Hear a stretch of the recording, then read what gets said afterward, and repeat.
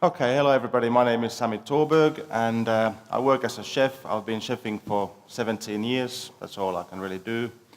And for the last 2 years I've been freelancing and doing even more lecturing and wild herb foraging courses and so on. And my wild food passion started about 10 years ago when I was working in London, where I have worked as a chef for 8 years. And 10 years ago, just on one sunny day on the border of a city of London and East London, where the bankers and hipsters dine in very nice atmosphere, delicacies local and imported. And then we had a busy lunch service, and the guys who import the stuff to our restaurants never come through the main door, and they never come during the lunch hours. They come before that and through the back door. But then on this day, 10 years ago, a guy called Miles Irving just walked in through the main door with his hippie look and a bag of sea kale. And he walked into the kitchen, and we were extremely busy, and I had never heard about the guy or sea kale in my life. So the situation was surreal, and I thought I'm gonna, check out this situation. And then I did the busy service, and I made Miles to wait 45 minutes to stand there with his bloody sea kale. And then, as it was the season for asparagus, I happened to have a batch of hollandaise sauce, which is a delicious butter sauce, which is normally used with asparagus and fish. And then I just briefly boiled a handful of that sea kale, which is merikaali in Finnish, in salty water, and I drained it, and I served that, or tasted it with the lump of, or spoonful of hollandaise sauce, and up to today, it's the most noble tasting and looking vegetable I've ever tasted in my life. So I took that batch from him, and I used that as a garnish for, I think we had a turbot as a fish of the day, and I put that as a garnish. So we had a piece of grilled turbot and a handful of boiled sea kale with sauce hollandaise, and that was a fish of the day for the evening menu, and that sold out in an hour and a half. So I thought, wow. I wasn't the only one who was interested about the wild food. And then from there onwards, I started using wild herbs. For first 2 years, maybe first 3 years in smaller quantities, and for last 2 or 3 years, only wild food and wild herbs. Okay, back there anyway. I went to forage with Miles to the Kent, which is 1.5 hours drive down from London, and we were walking on a coastal area, and I could smell fennel. I was like, what's this smell? He said, fennel. Then we went to the woods where there was some puro, like little rivers, and they were surrounded by green patches of watercress. And obviously we went to pick some wild mushrooms as well, and then we foraged some oysters. And that was the time when my eyes opened for all the wild goods the wild nature provides us. I haven't got any romantic stories from my childhood that my grandmother or granddad took me to forage, but that was the time when my eyes opened. And soon, using wild plants on my menu became part of my cooking, and the menu is a part of a chef's mentality, I think it should be. And then on my starter section, and main course section, and dessert section, I always had a little space for dish that included wild herbs. And then 5 years ago, now almost 6 years ago, I came back to Finland, and I started looking for guys who was foraging and selling plants to me, and so I could use them in my restaurant. I couldn't find anyone. There was people who was doing it, but despite my search, I couldn't find anyone. So, as the wild plants had become a major part of my cooking, I had to ask my friend Miles to come over here. And he showed me about 6, maybe 7 or 8 plants outside my house. Back then I used to live in Lauttasaari. So he showed me a few plants. We also organized an event for journalists. There was a few chefs of us, Miles and journalists, to talk about Finnish wild food and foraging. And Miles stayed here a few more days with me to show me a few plants. And from there till today, I've found 75 plants. And just by spending my time in nature. So I think we all who live in Helsinki, we are quite spoiled for options to forage. I remember this one instance where Miles took my hand when I went to shop to buy some pasta and bacon and onions to make some pasta carbonara, and I bought some parsley, and he was like, Sami, what are you doing? What are you doing? There's ground elder growing outside your house, and you buy parsley from shop.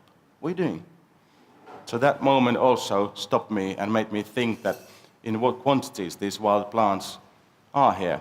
And that one of the plants I got used to in UK was meadow sweet.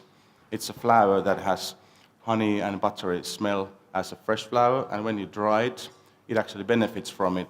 It has the tones of bittersweet almond and toasted hazelnuts. So that was in vast amounts just outside my house.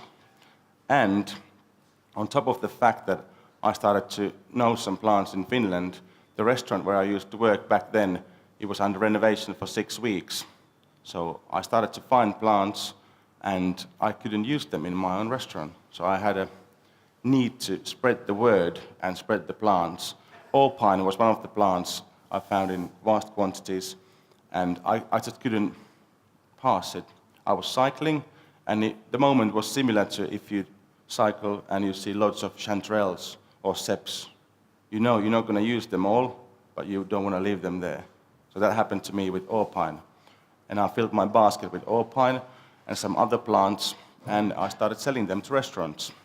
And at that day, when I started selling them, or wanted to start selling them, I had heard about the guy who was farming vegetables in Fiskars, had tried that in a previous year by writing a list about 10 wild plants and putting them together and sending them as a sample to about 10 best, like leading restaurants in Helsinki.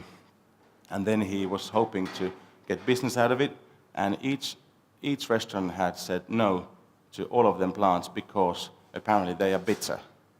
And this guy had given up with the job, and even he wasn't willing to help me with foraging and stuff. So I was slightly nervous about my try to start selling wild plants. But I guess as a chef, I made it easy for them because the first client, who happened to be demo restaurant, he bought it the whole repertoire I had, maybe 7 or 8 plants. And in a few weeks, I had 10 restaurants buying 10 different plants for each place.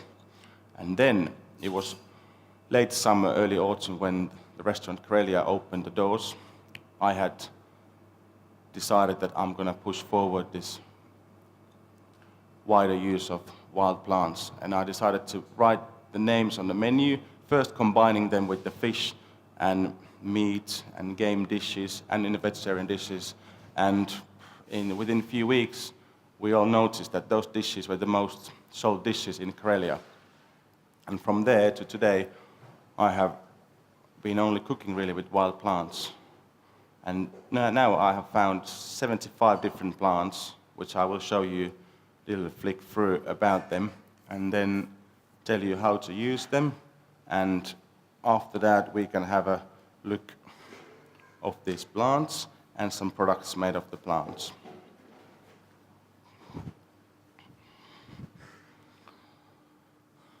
First, I want to show this tool called Naturegate.net or luontoportti.com or luontoportti.net.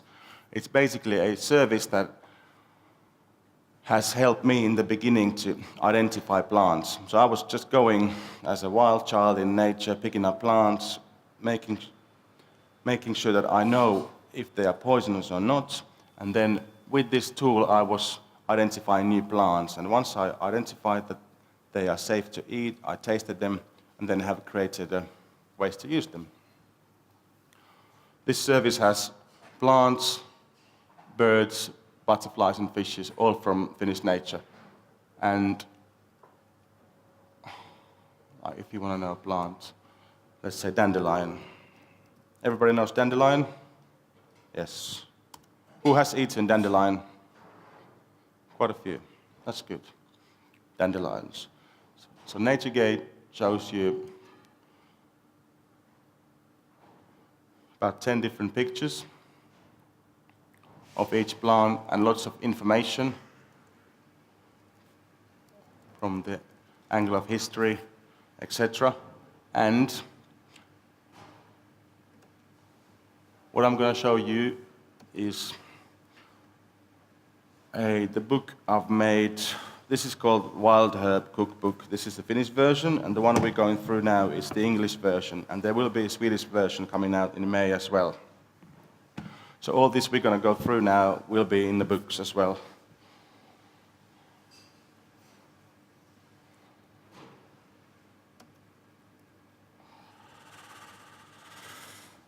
Yeah, 4 words done. Introduction. Yeah. About this usage of wild herbs in Finland. As Johanna earlier said, Toivo Rautavaara has made some good material about how to utilize them in terms of like what they have qualities as a medication, and also how to use them if you are left within nature to survive. But my angle is how to create tasty food out of them and to use local ingredients and to enhance Finnish gastronomy. Because I think what's the best in Finland we have ingredients-wise, they're all wild. Mushrooms, berries, wild fish and game, and wild herbs. But for some reason the wild herbs have been seen as a substitute for something grown. But that's not true, because when I got back here 5 years ago, almost 6 years ago now, I was used to use lots of different ingredients and always best quality. And the ingredients I was used to use, meat, fish and shellfish-wise, that are imported to Finland are mediocre as quality or below that. So I decided to focus in local Finnish best quality ingredients. And availability for wild plants is about from now till September. So it's about 6 months really, the season. The mad season is from the end of May till midsummer. That's when there's so many plants that we just don't have time to forage them all. And those plants are in young and tender stage, so you can use most of the plants and there's no other weeds that makes it help to forage them. Later in the summer the plants get a bit older and you can use less of the parts and there's more weeds, so it's more tricky to grow. But you can still carry the season until late September really, even October or very early November. It's just that the variety is less.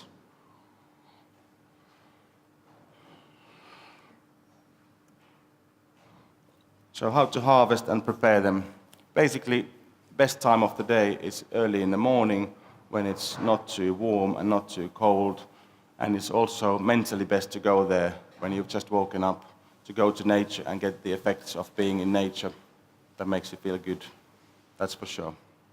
And preparing them is that simple. You just pick the plants and store them same way, or prepare them and store them same way as you would do salad leaves or herbs or vegetables. It's very simple. I used to go to forage all the wild plants to the restaurant that served like 50 to 100 covers a day by myself in two different days out of the week. It wasn't just wild food, but there was a wide menu, 30 plus dishes, and we used them in a wider scale. And then later on I started to find people in Finland, which is now such a growing population of people that wants to use their time in summertime to forage goods and sell them to some suppliers. There's some suppliers there are already and more coming, and there's more demand, so this is definitely a growing thing, not just a trend as a thing, but part of Finnish food culture and utilization of the best ingredients we have here.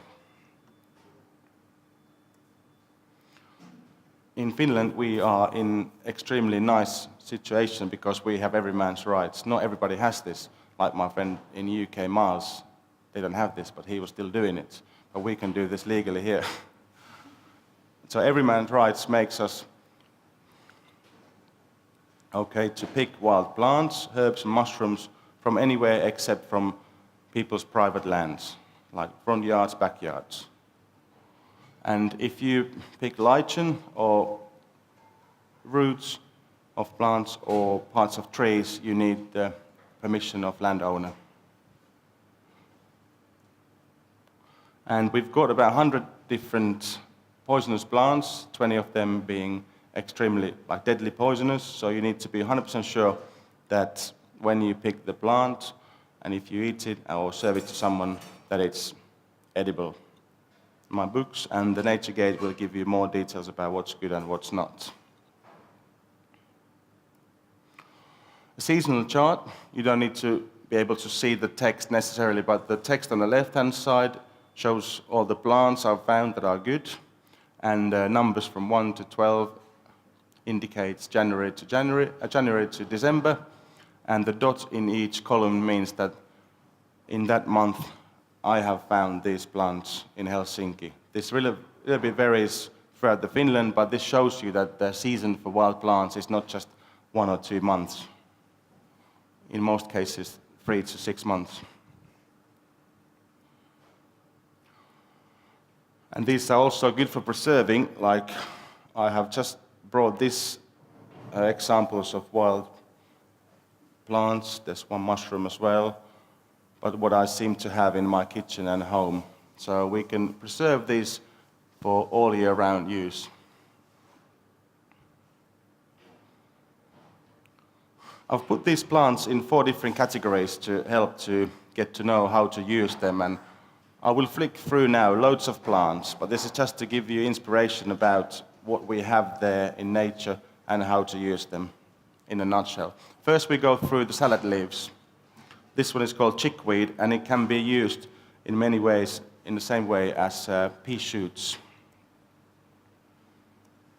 Dandelions, extremely versatile plant. You can use the leaves as salad leaf and the yellow, sexy yellow colored flowers as a honey taste marshmallow. And the flower buds, as you can see there, they can be used as peas or beans. Yeah?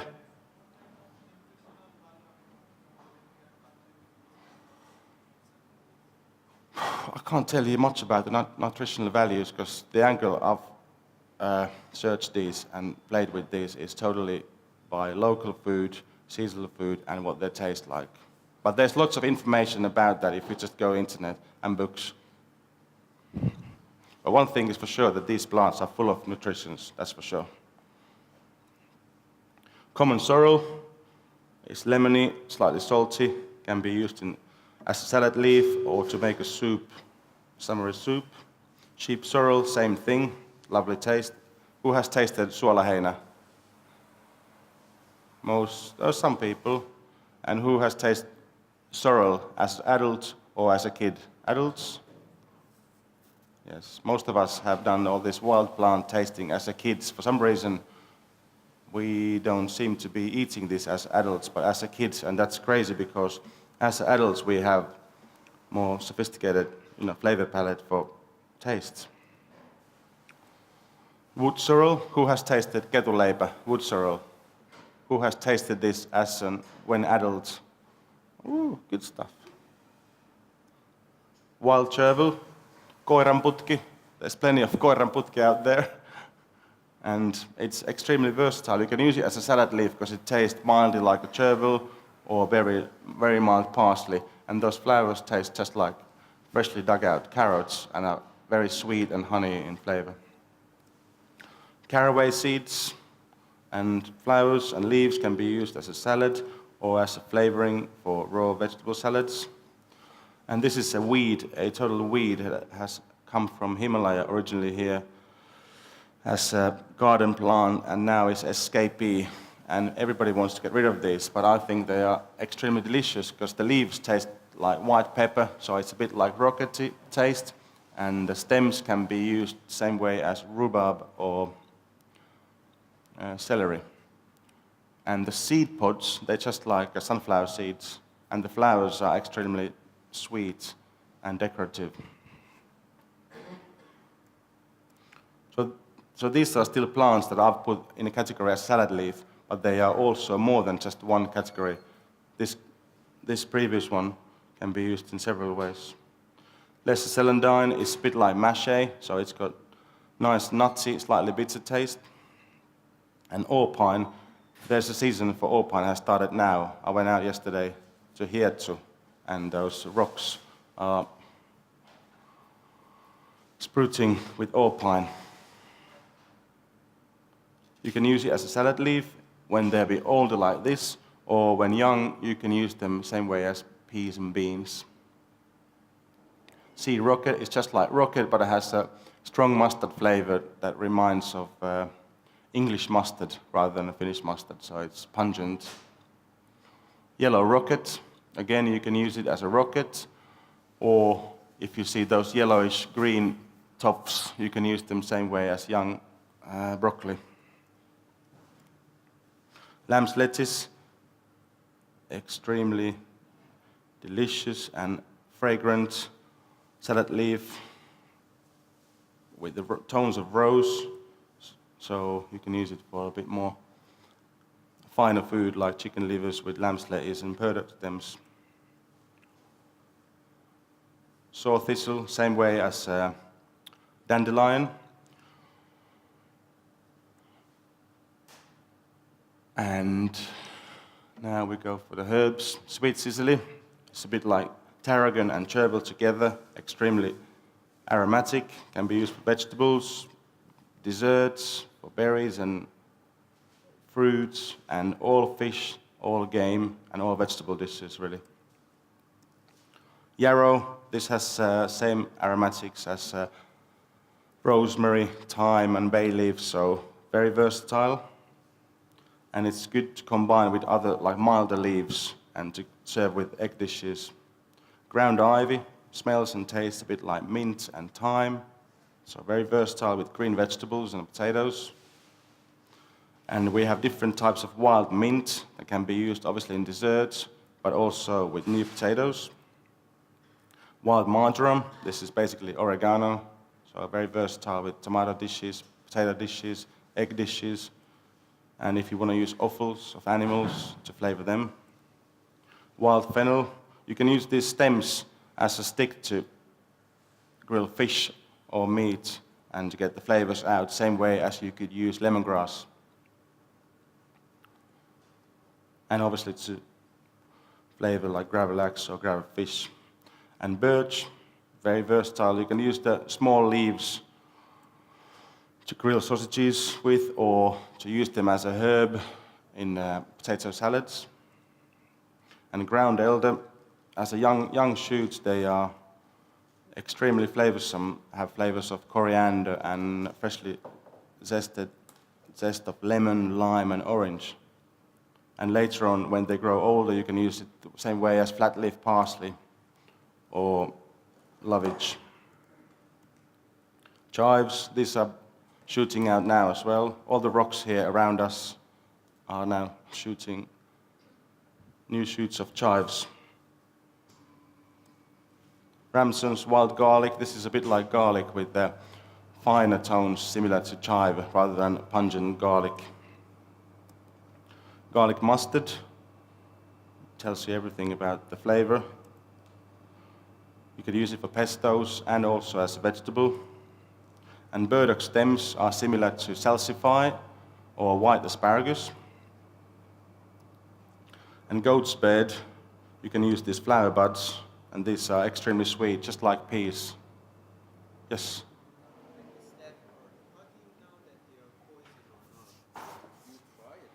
No, you need to first identify the plant. You should never taste anything unless you've identified it. And Naturegate will give you tools to start from a wider batch of certain looking flowers.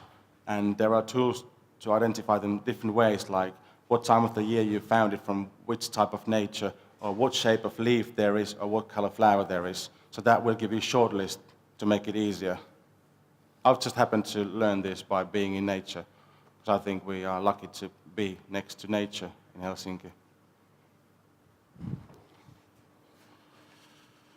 And now we've gone to these like substantial vegetables like goat's bed and spare-leaved auric. This is basically a sea kale in a way. It's like a wild cabbage with very salty and mineral flavor. And fat hen is milder but funkier in a shape and flavor-wise. Like you can use it as a raw cabbage. And good King Henry, this is very similar to spinach, so very versatile. And stinging nettle, these nettles are now also shooting, and they will grow all through the summer and even in August and September, I have still smelled freshly grown nettles whilst having my morning run in Helsinki. This is the sea kale, the sea cabbage. Can be eaten raw or as a garnish for fish. See as the same ways to use it as sea kale. And roast bay willow herb, this is like a poor man's asparagus, but you shouldn't really compare it to asparagus because it's even better, but just a little bit different. But the ways to use it, same way as asparagus. Reed maize, young stems of this, they look like leeks, but taste like fresh almond, horseradish and cucumber, and are ideal to use as a vegetable for raw salads, even to combine with freshly cut raw seps. Scented mayweed, this is basically a chamomile to use for birds and berry dishes. And pineapple weed is just like chamomile, but also has tones of pineapple. And this is as good match with strawberries as dill is with new potatoes. And this grows absolutely everywhere. It's a weed as well. Oxeye daisy, young shoots are just like mache as a salad leaf, and the flowers are decorative in salads and has slightly licoricey and cucumbery taste. Garden angelica can be used as a young plant, same way as fennel, and then when it grows older and starts seeding, the seeds are very, very pungent and has medicinal flavor and can be used this way or in desserts and with fruits. Japanese rose, again, this is a garden escapee, and apparently it's one of the most aromatic rose varieties in the world. And this is, again, a weed here. It grows absolutely everywhere. And if you put these leaves, the petals, in the blender with lingonberries and blend it, it starts tasting like a wild strawberry. So it makes it a bit cheaper to enjoy the flavor of wild strawberry. Goes really well with rhubarb desserts. And cherry blossoms and blackthorn blossoms are quite bitter as they are, but if you mix it with dairy products like milk or cream in a blender and then extract it, yeah? Like the one picture, it was taken in Teurastamolla, right? Yes. So do you just take them and eat them? Or do you Yes, you just take them and eat them. And how can you be sure that they're not polluted or anything? Well, how can you be sure they're not polluted? Basically, you don't go too close to roads or areas that are heavily fertilized. But you don't need to be a biologist for that. Like, I'm just a chef, and I'm still alive, and I've fed loads and loads of people with it. And I've been picking some new plants from Turku with some biologists, said, this is too close to road, and she was like, well, this is not busy road. There's no worries about it. But obviously use common sense. If I use common sense, I wouldn't take them from Teurastamolla. Well, I haven't either. It's just to show you that where they grow. Yeah. But let's say like Keskuspuisto, Lauttasaari, Pihlajasaari, and most of the area in East Helsinki. And this is just to show that they also grow within like cities, not just in the woods or in the countryside.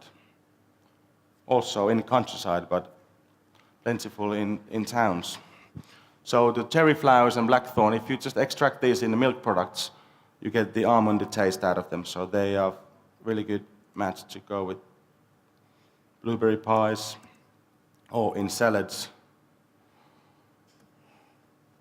And meadowsweet is the same. Get like a nutty and bittersweet almond taste. To combine with onions or with veal or both of them, and also to go with dark berries and apple. Elderflower, very aromatic, to use with berries. And these are now the aromatics of the plants. Horseradish, everybody knows this. This also grows plentiful in Helsinki. Blackcurrant leaves are good to flavor drinks, berry dishes, or sweet types of meat like lamb chops.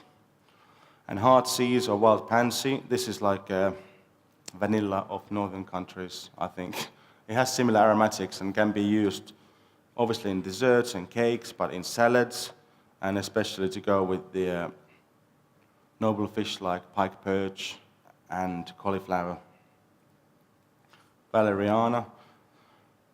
This has medicinal flavor and also qualities of calming, so use in moderate quantities. And do not drive car after eating valeriana. Goes well with the wild fish we have in Finland.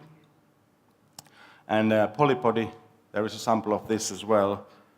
It's very similar to licorice root, has sweet licorice type of flavor and can be used like in a creme brulee, same way as vanilla, but instead of it, and in absolutely every single dish of Finnish food, I've noticed. It's just a natural flavor enhancer of whatever you want to use it with. Fish, meat, game, mushrooms, berries, fruits. There is about 20 centimeters of that, so you can have a taste. Spruce shoots have very lemony, slightly menthol taste, so you can use that for drinks and to serve with fried fish and in salads as a whole. Douglas fir.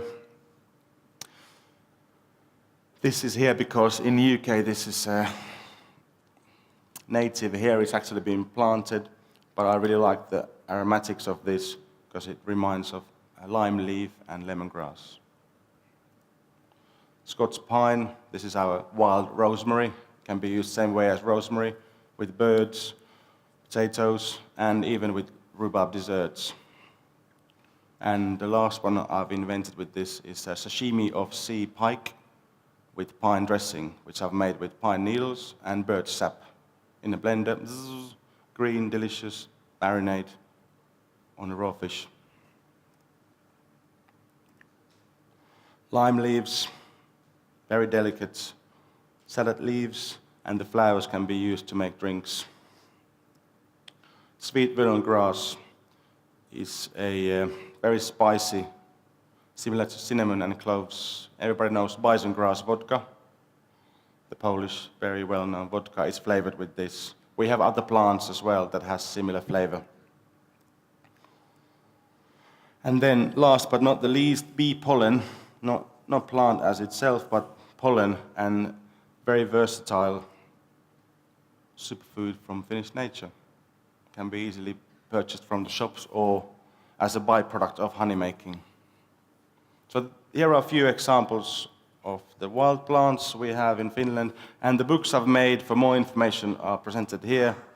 And we can all now taste this and have a look around of different plants that Finnish wild nature has offered. And this is just a little cut we can do.